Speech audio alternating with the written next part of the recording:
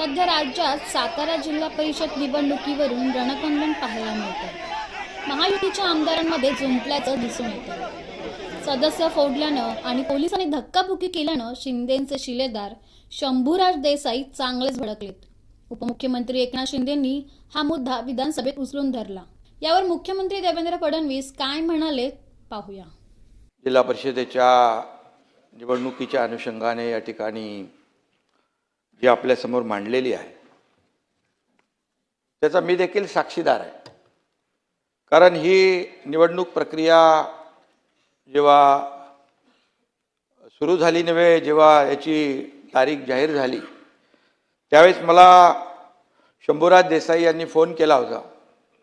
मकरंद पाटील पण तिकडे होते आणि ते म्हणाले की 2 मतदार जे आहेत त्या मतदारांवर कधी काळातला पूर्वीचा 5-10 वर्षाचा कुठला गुन्हा काल 1 दिवस आधी दाखल केलेला आहे आणि यांना अरेस्ट करणार आहे। तर मी पोलीस अधीक्षक तुषार दोशी यांना फोन केला। मी म्हणालो काय प्रकार आहे? तर म्हणाले गुन्हा दाखल झालेला आहे, पण त्याच्यावर कारवाई आपण नंतर करू। मी त्यांना एकच सांगितलं की उद्या मतदान आहे, मतदानापासून कुणालाही वंचित ठेवता येत नाही। उलट कोर्ट देखील ऑर्डर करतं की मतदानाला पाठवा म्हणून। तर अशा परिस्थितीमध्ये जेलमधूनही येतात मतदान करायला, तर अशा परिस्थितीमध्ये कुठल्याही परिस्थितीमध्ये मतदानापासून त्यांना आपण वंचित ठेवू नका, ठेवता येणार नाही। SP मला म्हणाले असं काही होणार नाही, त्यांना वंचित मी ठेवणार नाही, ते मतदान करतील। मतदान झाल्यानंतर काय शहानिशा करा आणि त्याच्यामध्ये जे काही कार्यवाही करायची ती करा। त्यानंतर मी पोलीस महासंचालक आपले दाते साहेब DG साहेबांना मी फोन केला। फोन केल्यानंतर मी त्यांना सांगितलं अशी घटना त्या ठिकाणी अशी निवडणूक आहे आणि मला थोडी शंका आहे की तिथले पोलीस अधीक्षक हे 2 मतदार जे आहेत, कारण बहुमत इकडे या बाजूला होतं शंभूराज देसाई, मकरंद पाटील आणि या सगळ्यांकडे, आणि ही मतं कमी करण्यासाठी आणि त्या निवडणुकीमध्ये विजय मिळवण्यासाठी, पराभव करण्यासाठी या लोकांचा अशा प्रकारचा प्रकार होऊ शकतो। तर DGनी त्यांना फोन केला आणि DG मला म्हणाले, मी त्यांना फोन केला आहे, मी तुषार दोशी यांच्याकडे खात्री देखील केली की मला DG साहेबांचा फोन आलेला आहे आणि मी कुठल्याही परिस्थितीमध्ये अशा प्रकारचं याला मतदानापासून आमचे लोक थांबवणार नाहीत। मी त्यांना सांगितलं तुमचे लोक तिकडे गेटवर थांबलेले आहेत अशी आमच्या लोकांनी माहिती दिलेली आहे, तर तुम्ही त्यांना सूचना द्या, इन्स्ट्रक्शन द्या की मतदान झाल्यानंतर तुम्हाला जी काही कार्यवाही करायची ती करू शकता तुम्ही, परंतु मतदानापासून वंचित ठेवणं हा गुन्हा आहे आणि मतदानापासून वंचित ठेवणं हा लोकशाहीचा खून आहे आणि लोकशाहीचा गळा घोटण्याचं काम बिलकुल करू नका, अशा प्रकारचं मी त्यांना सांगितलं। ते बोलले असं काही होणार नाही।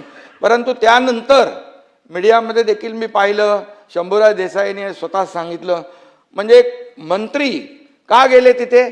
कारण त्यांना माहीत होतं तिथे त्यांना अडवतील म्हणून त्यांनी पण त्या आपल्या याच्या सीमा जी आहे बाहेर होते, त्या गेटच्या बाहेरपर्यंत त्यांना गेल्यानंतर मंत्री बघितले नाहीत, पदाधिकारी बघितले नाही, कोणी बघितले नाही, जसे आमदार बघितले नाही, असे आरोपीला जो असं पकडतात तसं पकडून घेऊन गेले आणि त्या ठिकाणी घेऊन गेल्यानंतर ते 2 लोक, बरं ते 2च कसे काय मग मतदार त्यांनी पकडले?